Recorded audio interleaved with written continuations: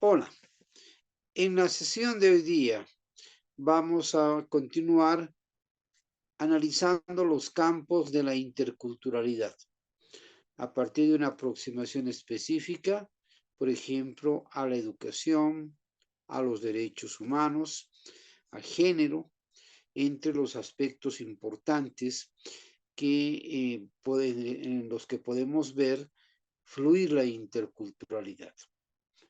Comencemos.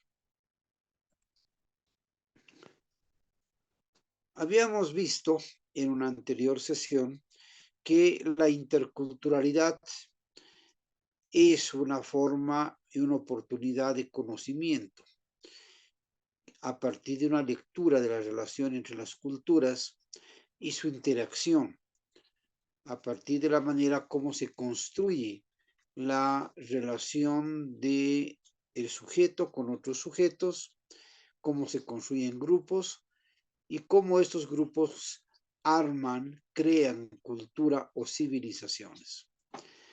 En esa perspectiva, comenzaremos nuestro análisis analizando los campos específicos de la educación y su relación con la interculturalidad, como un campo central de la vigencia de la interculturalidad, su presencia en la vida cotidiana y la construcción de un sistema educativo que hace a la generación de las sociedades. Si algo de caracterizar a la educación ha de ser la reproducción de la sociedad en tanto condiciones, en tanto principios, en tanto formas de organización, formas de comprensión de la sociedad, para luego producir en el desarrollo de esa comprensión la transformación de la realidad. Por lo tanto, la educación es clave en cualquier sociedad. Es clave para el Estado. En el Estado boliviano, la educación es tarea prioritaria del país, del Estado boliviano, y orienta un conjunto de políticas públicas, tanto a nivel nacional como subnacional. Vayamos a la siguiente diapositiva para entender cómo se da este proceso. Se identifican 5 partes para entender esta dinámica en la construcción de la educación y su relación con la interculturalidad. ¿Cuáles son estas partes? Primero, debe considerarse en este abordaje de educación e interculturalidad la necesidad de un profundo proceso de deconstrucción descolonizadora a partir de la interculturalidad. ¿Qué quiere decir esto? Que todo lo que aprendemos puede ser desarmado, puede ser analizado en sus partes para entender la manera como se ha ido construyendo la propia interpretación del mundo. Esto lo aprendemos desde el nivel escolar, desde kinder, ¿no? La manera como entender el mundo, cómo entender sus relaciones, cómo entender la sociedad. Los países con bajísimos niveles de corrupción, hablo por ejemplo de Finlandia, hablo por ejemplo del Japón, eh, construyen sistemas educativos desde la más tierna infancia para combatir este mal que aqueja muchas sociedades, incluyendo la nuestra, forma parte de la agenda pública como un tema central del país, la corrupción, pero en sociedades como las que he mencionado, Finlandia, Japón, la forma como se enseña a respetar el bien público forma parte prioritaria de la educación. Entonces, cuando hablamos de un profundo proceso de deconstrucción, estamos hablando de un análisis, de un desarme de las formas como se aprende. En el caso concreto de que nos ocupa en la cátedra, cómo se aprende a relacionarse, cómo un individuo aprende a relacionarse con otros y aprende a aceptar la diferencia.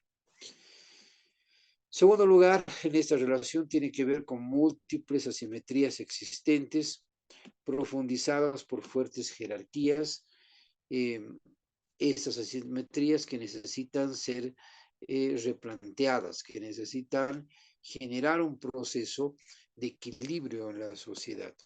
Entonces, un segundo aspecto, o primero es de construcción, un segundo aspecto significa superar las asimetrías generadas productoras de jerarquías en la sociedad.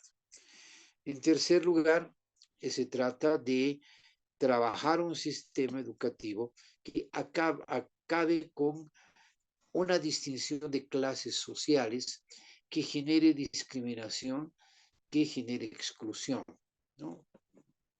Colegio para personas con dinero, colegio para pobres, colegio para ricos, universidad para ricos, universidad para pobres, por ejemplo, ¿no?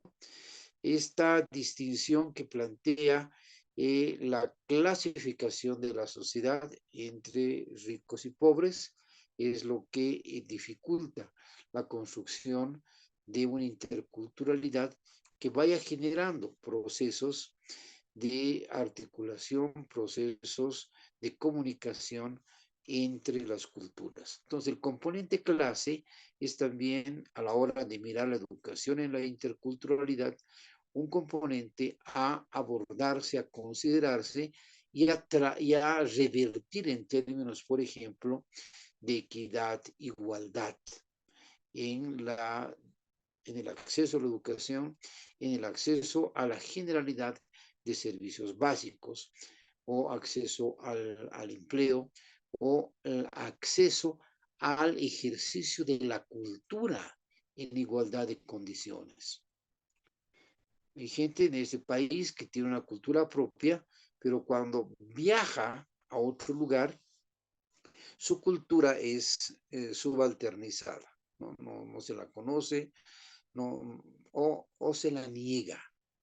Por lo tanto, se atenta contra la posibilidad de una comunicación de las culturas al plantearse esto que habíamos apuntado en varias sesiones, la supremacía de una cultura respecto de otras.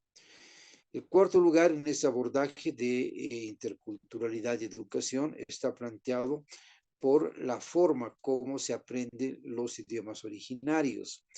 La educación bilingüe o trilingüe, que es lo que finalmente se ha constitucionalizado en Bolivia, ¿no? En Bolivia tienes que hablar un idioma que es el castellano para comunicarte con los bolivianos, pero también tienes que hablar, aprender, fortalecer el aprendizaje para su vigencia real de la cultura propia, ¿no? Ya van dos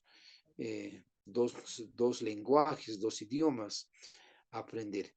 Y para comunicarte con el mundo también tienes, por constitución, que aprender un lenguaje, ya sea el inglés, ya sea el chino mandarín, que en este momento es demandado en Bolivia, u otro, ¿no? Para que tengas una relación con el planeta en tanto idioma también, un idioma que vaya generando un espacio común de comunicación. Lo ha producido en el siglo XX el inglés por excelencia y el siglo XXI se apunta a que ese idioma de comunicación mundial sea el chino mandarín. En quinto lugar, la educación intercultural debe tener como horizonte la construcción de una sociedad en la que no exista discriminación de ninguna naturaleza.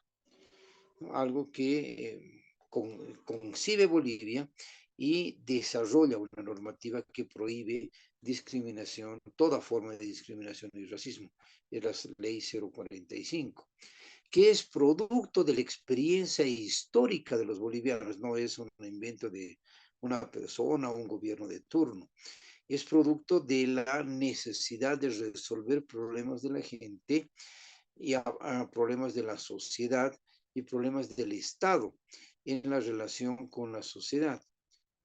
¿Ah? El racismo, la discriminación, sea de cualquier naturaleza, genera conflictividad social, genera crisis de gobierno, genera crisis en la sociedad que pueden transformarse luego en violencia, ¿no?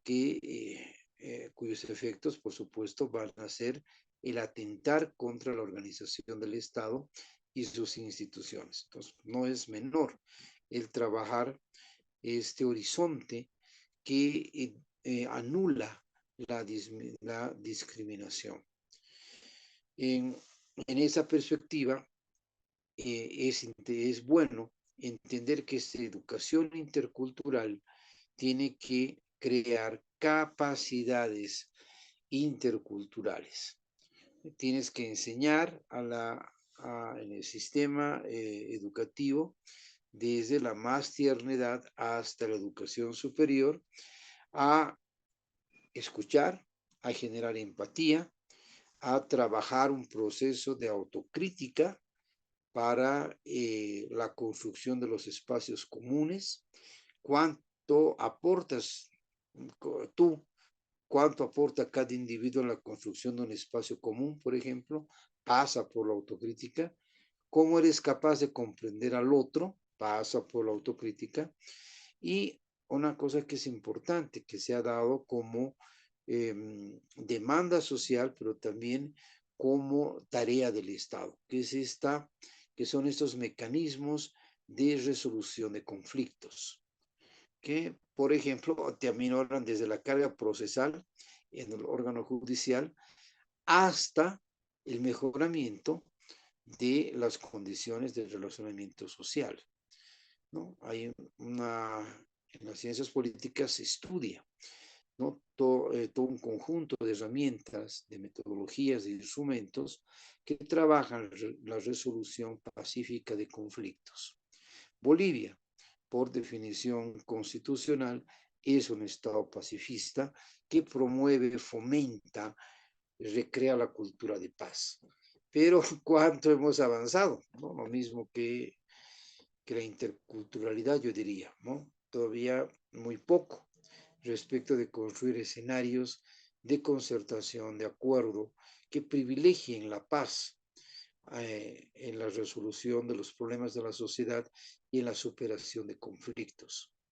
La polarización que vivimos en Bolivia, por ejemplo, no es un producto de ninguna forma de la cultura de paz, del ejercicio de la cultura de paz, sino más bien es un déficit, es su deficiencia respecto a lo poco que se ha avanzado en Bolivia en términos de la construcción de una cultura de paz. Vayamos a ver ahora otro tema. Pasemos de la educación a la religión. ¿Qué pasa entre la religión y la interculturalidad? El problema no se da solamente en Bolivia, sino se da en el mundo, ¿no? Y es un problema motivo de guerra, ¿no? Actualmente estamos enfrentando en el mundo un conflicto que tiene una raíz principalmente religiosa, ¿no? Que se ha ido complejizando. La religión ha ido, producto cultural, ha ido complejizando el no entendimiento de las religiones, el no entendimiento de la cultura que plantean las religiones, hasta la violencia máxima, que es la guerra. ¿Qué pasa con la religión y la cultura? Vayamos a la siguiente diapositiva, por favor. Hay que entender que no es posible separar espiritualidad y ritualidad de las demás manifestaciones culturales. Forman parte de el ejercicio de la cultura, la religión, la ritualidad, la espiritualidad. Es una manifestación, una creación de la cultura, el llegar al espíritu y manifestar a través de la religión las condiciones del espíritu en tanto comprensión de la realidad, ¿no? O sea, tú expresas los rasgos de tu espiritualidad a través de herramientas culturales. De ahí que construyes, por ejemplo, símbolos, ¿no? Como la cruz, por ejemplo, que es un símbolo cultural, ¿no? Recreado a partir de la religión. Son símbolos muy potentes en el mundo, ¿no? La religión produce un sistema simbólico cultural que es posible de provocar la adhesión de la gente, la concentración de la gente y desatar las actitudes, desde las más grandes actitudes, grandes actitudes en el sentido altruista del término, hasta las actitudes menores y de confrontación de una religión con otra, que en los términos que venimos viendo en la materia, tiene que ver con esta incomprensión de la cultura, ¿no? Entonces vemos muchos de los problemas, en realidad todos los problemas que tiene la interculturalidad en la religión, ¿no? Hay un reflejo en la religión de los problemas de la no comprensión de la cultura. Entonces, de esa forma podríamos explicar por qué sensibilidades, choques que producen las cuestiones religiosas se atribuyen a convicciones religiosas, porque son producidas desde esta no comprensión de los espacios comunes o o no tolerancia de lo diferente, ¿no? Que es donde finalmente termina esta falta de comprensión de las culturas. Se hace, por lo tanto, cada vez más evidente un diálogo interreligioso, sobre todo en América Latina, en países como el nuestro, en el que esté presente la religión andina, el ejercicio religioso andino, el ejercicio religioso mesoamericano y el ejercicio religioso brasilero, por ejemplo, ¿no? En términos de la visibilización de las religiones en América Latina. En países como nuestro, en Bolivia, a través de la formulación del Estado laico y la libertad en la profesión de fe, la religión católica ha logrado ser entendida desde el año 2009 hasta el presente como una más de las formas de ejercicio de fe, no la única, que era la característica, por ejemplo, de la anterior constitución, en términos de un ejercicio de la religión, un ejercicio de la religión garantizado por el Estado. Eso no se da ya más desde el año 2009 para adelante en Bolivia, en la construcción del Estado laico, en el que la libertad religiosa es una característica de la pluralidad del Estado. Entonces, el Estado boliviano garantiza que el ejercicio de cualquier profesión de fe, de cualquier religión, y esto le plantea al Estado y se plantea a la sociedad también la generación de un espacio de convivencia de las religiones, un espacio de interacción de las religiones. Esto que habíamos apuntado como el diálogo interreligioso. Es muy interesante porque se han presentado en el país ceremonias, ¿no? Desde cristianas, católicas, hasta las animistas, ¿no? Que están en el mundo andino particularmente, y también, por supuesto, en tierras bajas a la hora de mirar la no cristiandad, sino otro tipo de ejercicio. En el área andina tienes una preponderancia politeísta en la construcción de la explicación religiosa del mundo, diferente a la religión que viene con el cristianismo, el Dios único, ¿no? Presente en tres personas, Dios Padre, Hijo y Espíritu Santo, la Santísima Trinidad, pero unidos los tres en un solo Dios.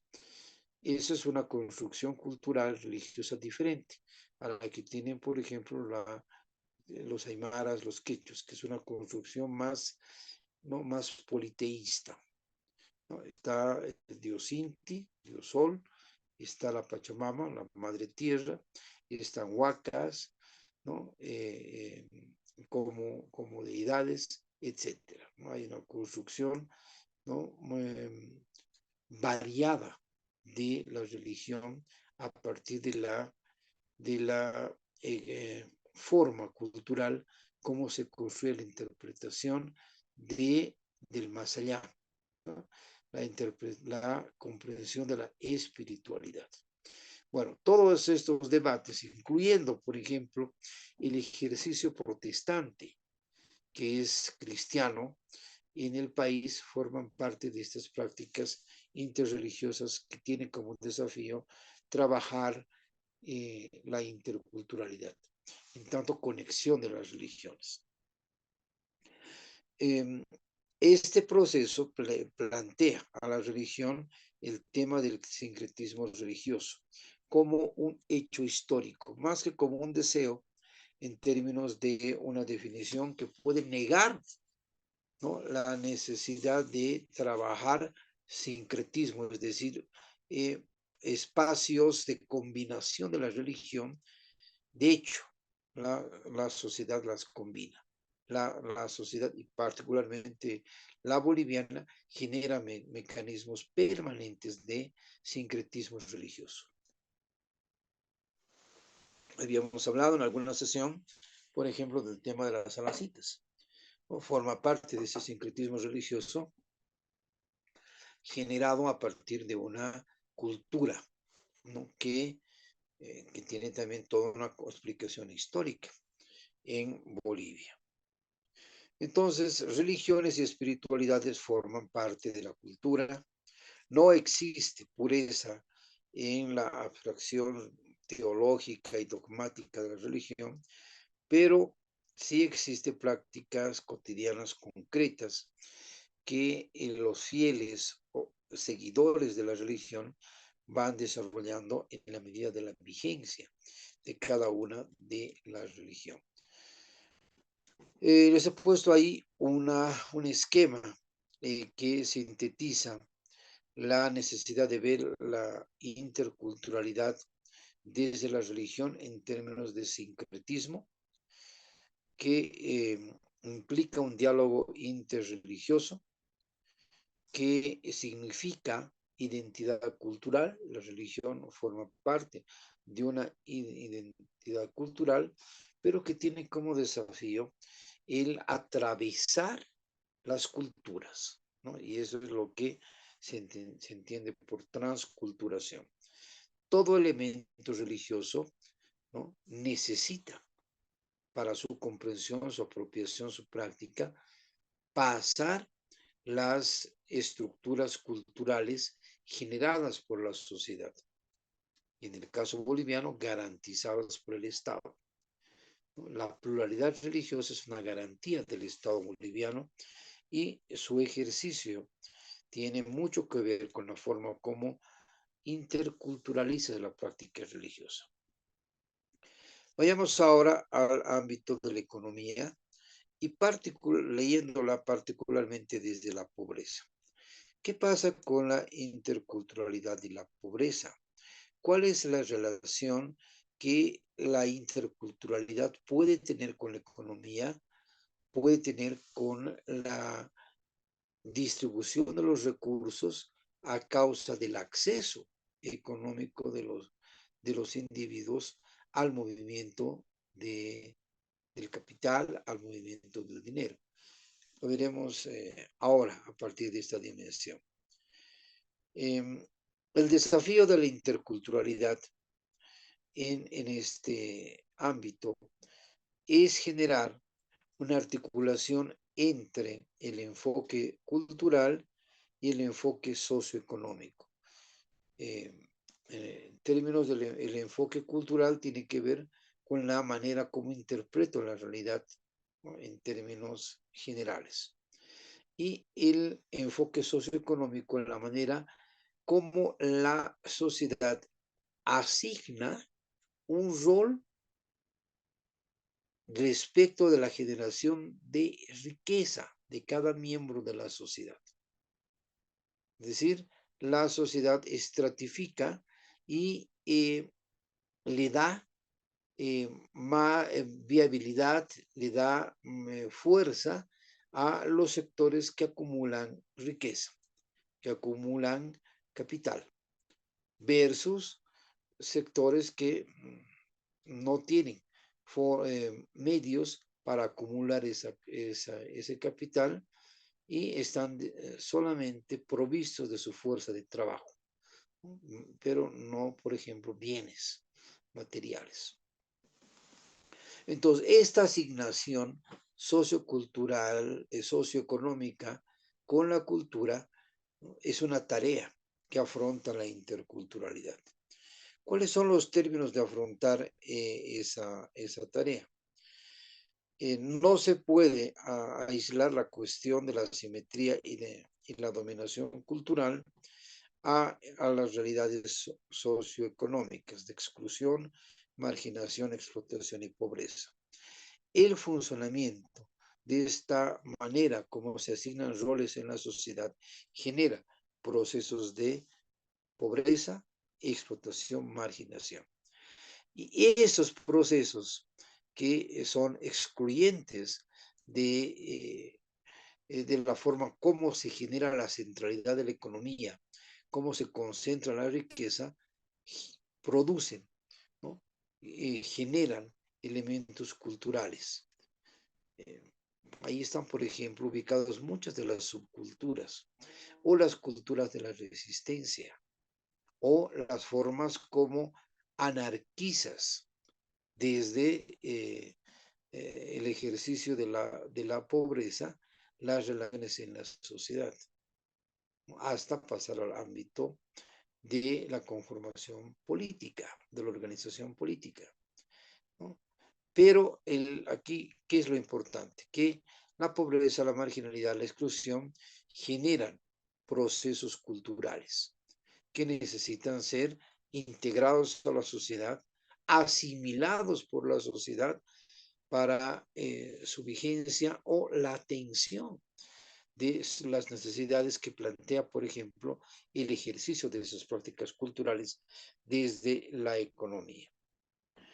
En Occidente, la cultura y la civilización que aún dominan en el planeta está centrada en el poder económico y militar de quien domina, ¿no? El poder económico y militar de un grupo, de un país, termina construyendo la organización de la sociedad o la organización del mundo.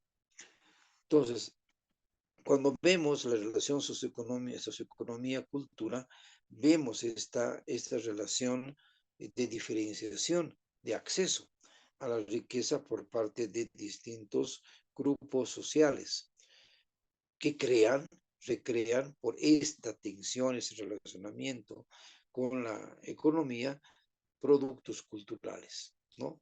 Desde discursividades culturales, por ejemplo, los conjuntos de raps que tienes, que escuchas en las calles, en el país, Santa Cruz, La Paz, ¿no?, principalmente las ciudades capital, ¿no?, es un rasgo evidente de expresión de esta tensión desde el nivel socioeconómico a partir de la cultura.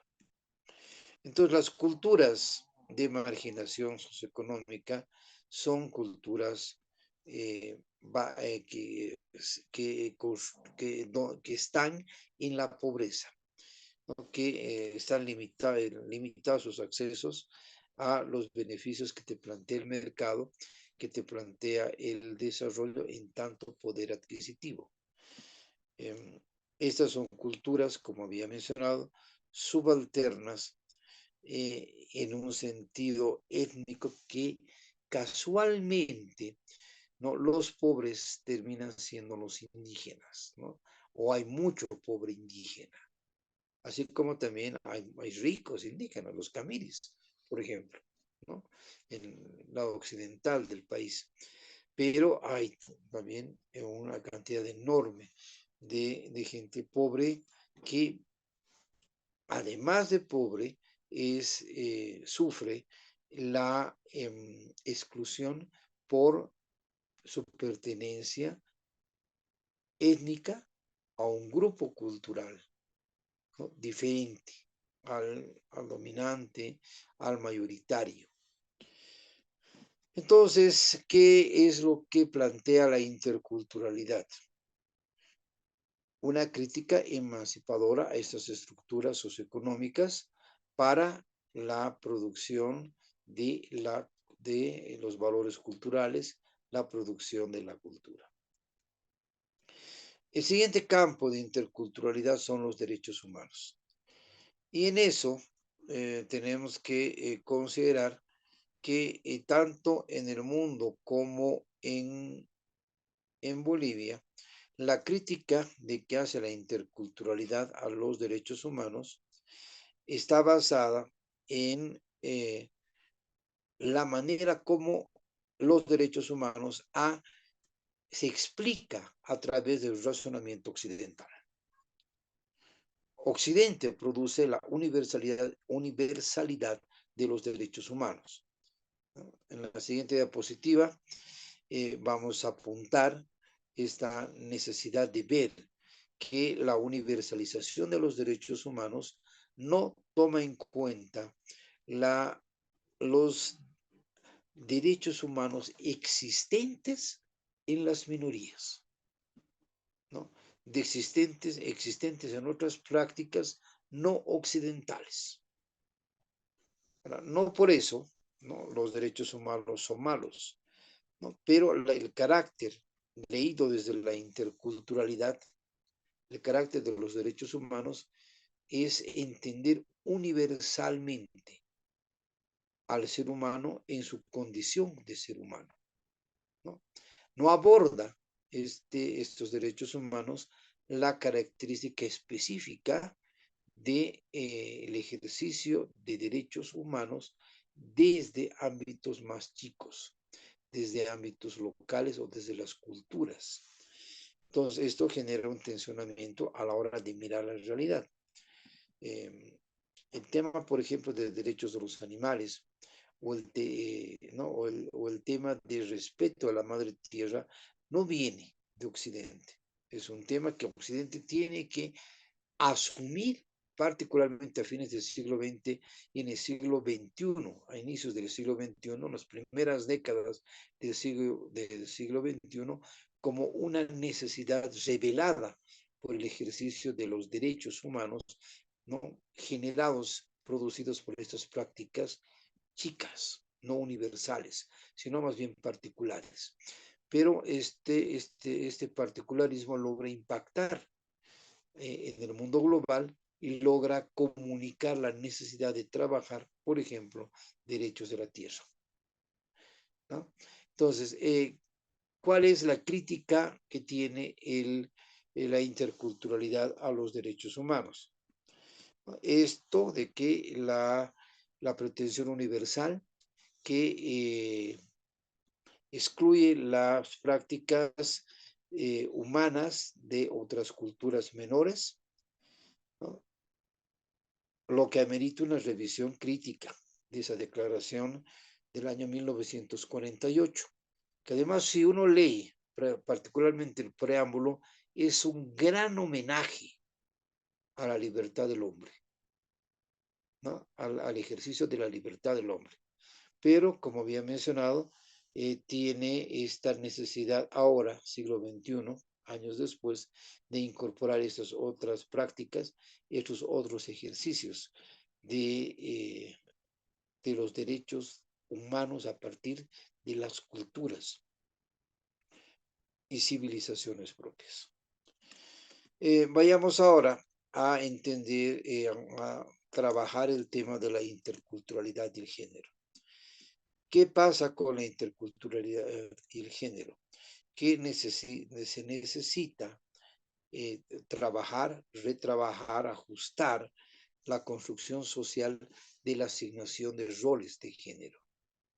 que está planteada, por ejemplo, en la definición de lo femenino y lo masculino. ¿Qué es lo femenino y qué es lo masculino?